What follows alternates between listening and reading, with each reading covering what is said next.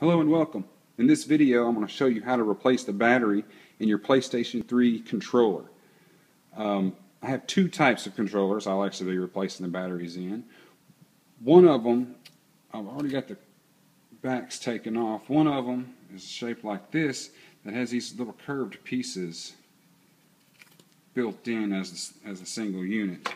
The other one has these little pieces removed, and they're small pieces that are in the main unit and are kind of tricky to get in. So I also want to go over a little bit of the logic that I used to figure out that the batteries were bad. If it's not just painfully obvious, it's not that difficult really. But here's one controller that I had, and here is the battery that was in that controller. It's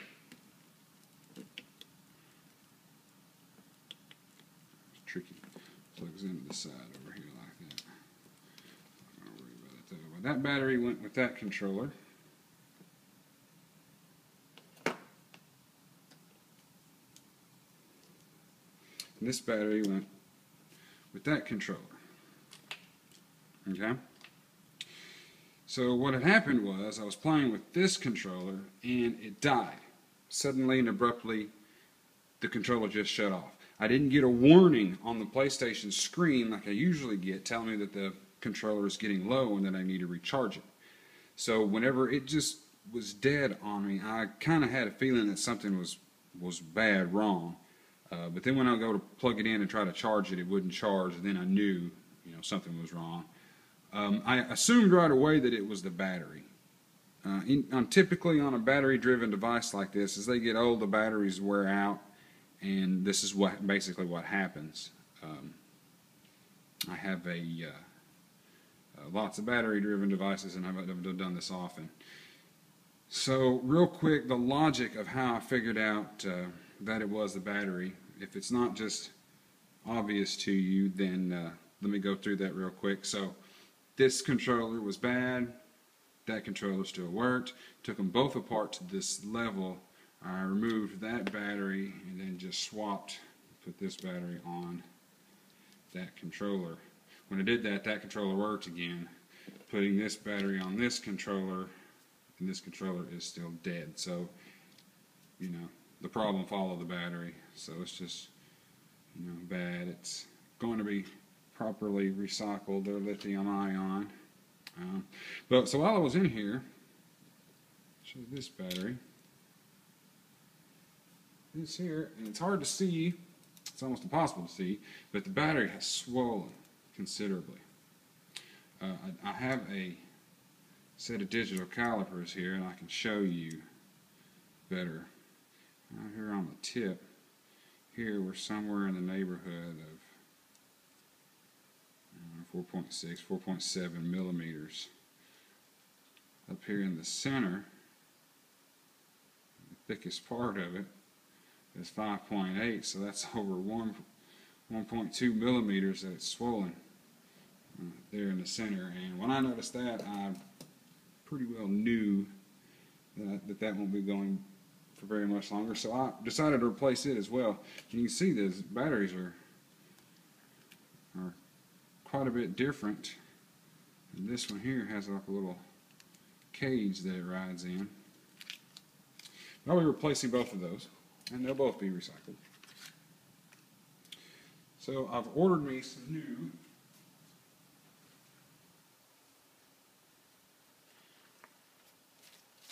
batteries from E4City. They sell on Newegg. There's one. I'll show you the new box here. I just basically Google searched PlayStation 3 controller battery, and those come up. It was extremely cheap. I think $10 for both of these, for two of them, is what I paid. I put a link to the website down above the comment sections below the video here. One thing that I've noticed though, as we're doing this, I'm going to go ahead and plug this in. But this doesn't have a carriage. like the other battery had. They're not shaped the same, so I won't be able to use the carriage that the other battery used. And these batteries are smooth. They don't have any legs like this battery did. The same size, but they don't have any legged prongs to hold it up. I'm afraid that they're going to vibrate. They're going to rattle, basically, in here with a gap between them. And that's not going to be any good. So what I've decided to do is I'm going to take some of the old bubble wrap plastic packaging. And I thought, you could probably use some toilet paper or some paper towel or something. I'm just going to make a couple of little pieces here. I don't want them too thick and too bulky. I'm just going to take this and wrap that joker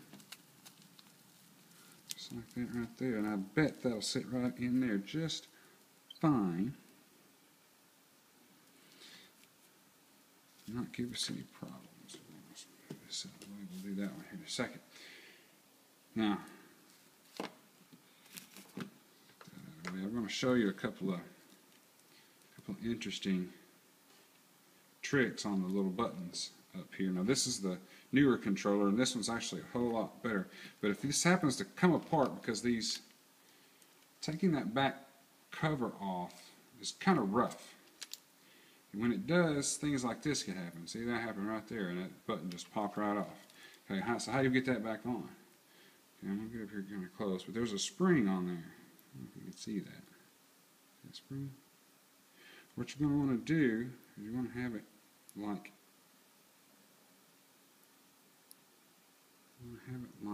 that. Getting ready to be sprung.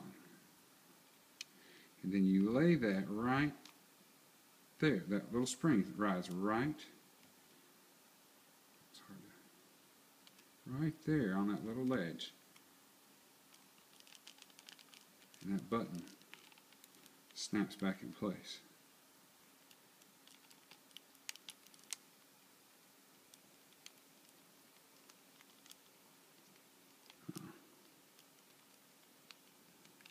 Supposed to anyways. Man, I guess mine might be a little broke. Here's this one. I'm going to put it on the same way. They're the exact same. There is no left or right on there. There you go. So this right should be starting to spring to have some kersnap in that button. This one here, I'm not worried.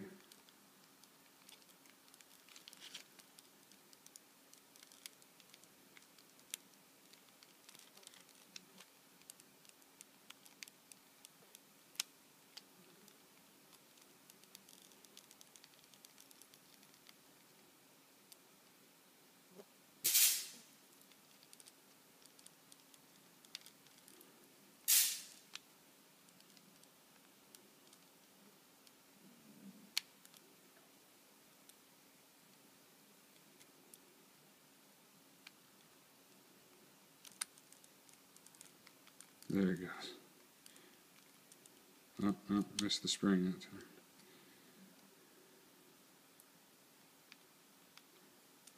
You got to get it right inside that little rubber. What is the switch? It has to ride.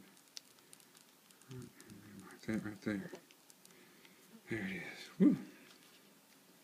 It's tricky. But now that those buttons are in place, you don't need the number 1 button in necessarily. You can pop it in later, the way they were shaped and the way they're built. Now, we're going to look at how the back cover here, matches up. You see these 3 posts right here? They ride down inside that circle right there, so that has to be clear. Nothing can be inside there. Here you have these 2 posts, this little bit bigger one here, basically these 3. These 2 ride on this, just on the edge, and that bigger post rides right up here at the top to hold that down.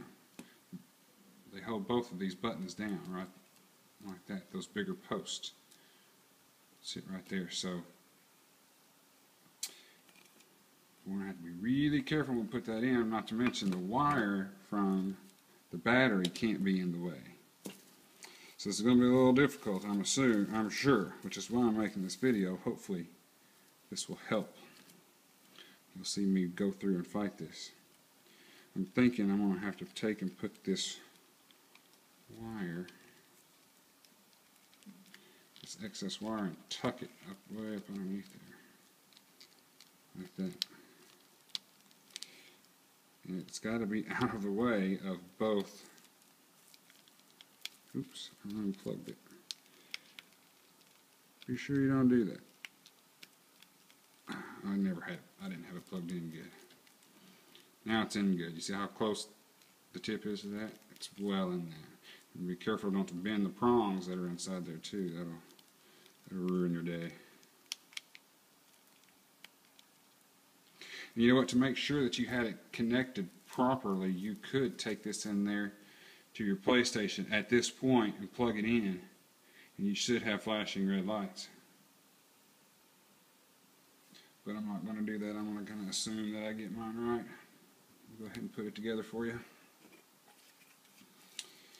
So it looks like we're probably going to be okay. We'll take our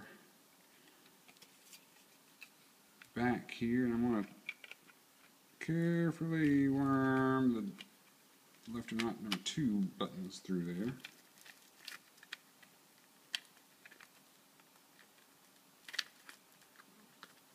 To where these 2 pieces are in their proper spot. That looks pretty good right there. It snapped right in. And that came to a nice complete close without having to force or pry. So I'm thinking that guy's going to be in there just fine. Those all feel good. Oh, bam. Actually, looks like that battery has a little bit of juice in it already. Huh. Well, there you go. You don't have to take it up there to charge it anyways. But there you go. Now you got to do is put the screws in. I'll go ahead and put the number 1 button in for you. See, I missed that.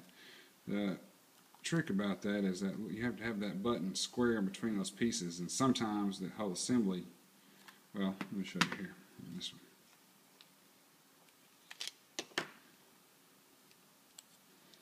This whole assembly can come out. You don't want it to, but it can move. So you have to make sure that's set down in there real well. And then you take this little piece. Mine's broken. It should have 2 little tip ends on it like that, but it doesn't really matter. At least I don't care when I say it doesn't matter. This bezel basically is for looks anyways. But you put that right there and putting the button in. Oh wait, never mind. That's the second button. I should be talking about the first button. Let's see. This is good. This is exactly what I'm talking about. This wasn't in all the way. See, now that little button, this was out a little bit like that. And if it's out that much, it won't work. You have to have it properly seated inside there. And then that number 1 button will snap out too.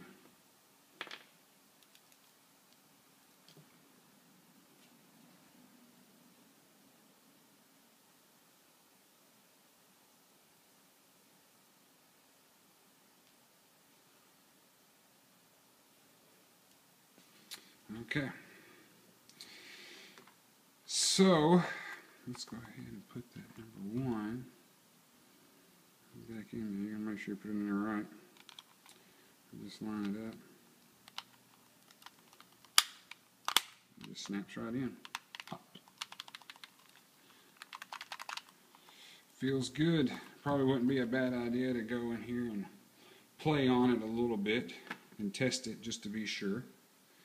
I'll wait before I screw it completely together and do that. And this button here has come apart, which is terrific. So you gotta put that little rod, goes through. And this little spring goes right there. I'm looking at another one, this button here, to make sure, and you can see I've got the spring on backwards. The bends are different.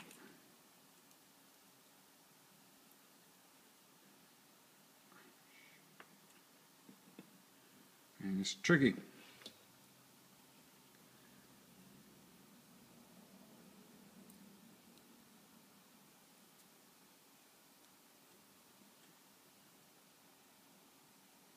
Okay, there we go. Now they're both on the same way, they got the same bend.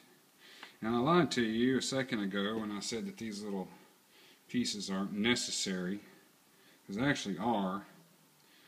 I forgot, but they actually go in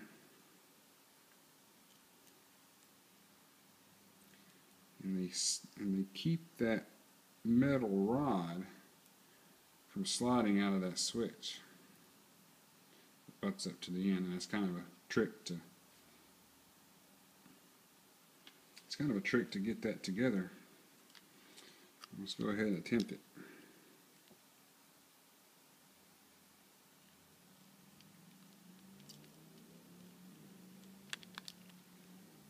Okay, that one snapped in there pretty good.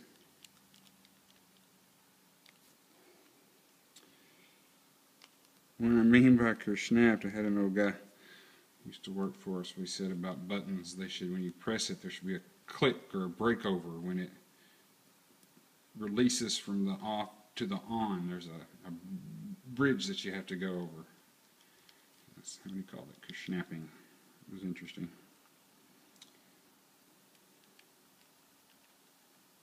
So I'm actually going to take that number 1 button out. I think it's a little bit easier to put that piece in with that number 1 button out of the way. And that middle rod has to fit in between there. That looks good. So you make sure that the bezel is in real good and straight up and down, and that this piece is straight up and down. It's nice.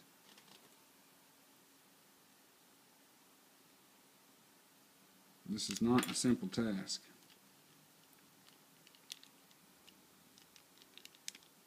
I'm assuming that this is the older style because it's so much more difficult. The newer style, man, it just seems like it just goes together so much easier. Okay, so I finally got that down, and I'm going to hold that down with my thumb, and I'm actually going to turn it back a little bit to help me get that bezel underneath it. See, the button has to go down on above it. It's kind of crazy. And then once you get that one, hooray, hooroo, you've got another one to do.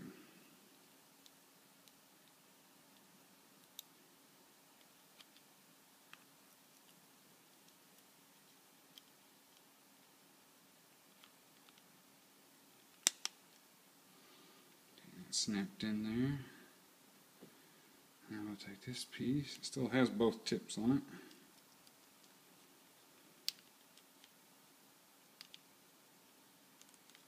Make sure that bar is straight. There you go. I think that will work. Okay.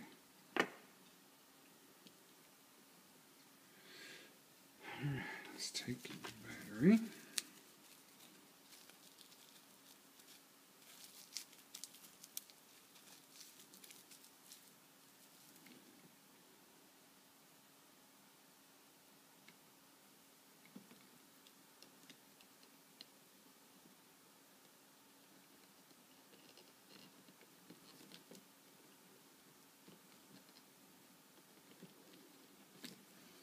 Plug it in real good. Do the same flip and twist trick of that wire. If you don't know what I'm talking about, it's you take that wire and you twist it and it'll tend to roll and try to coil up. Alright, so here we go. Actually, let's go ahead and go. Looks like a charm. Okay. Now,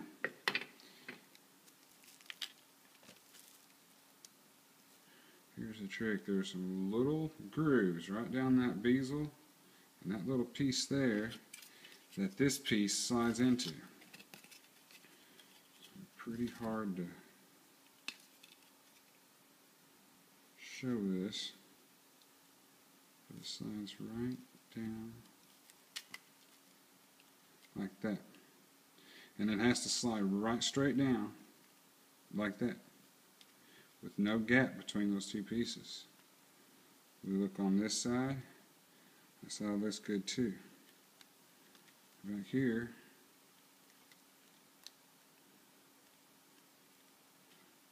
press that switch just a little bit, those buttons, just a little bit.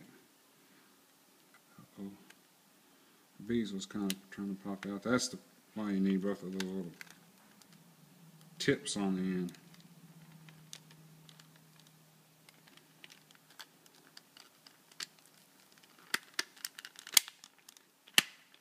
There you go.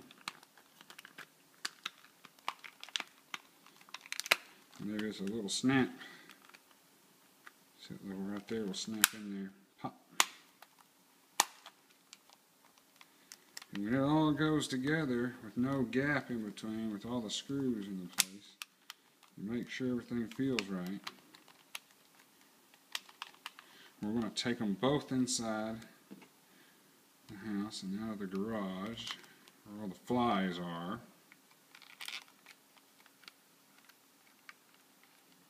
I'm sure this is probably the only. Uh-oh. Shit. I screwed up. See that has a gap. It can't work. It can't work. The number 1 button was the first thing that told me that it was messed up.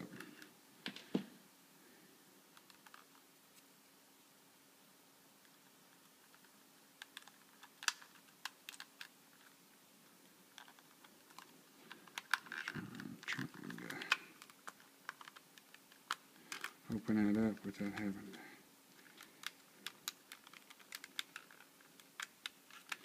take it all the way apart.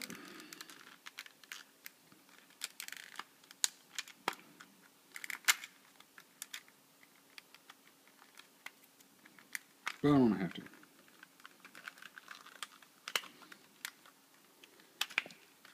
back here.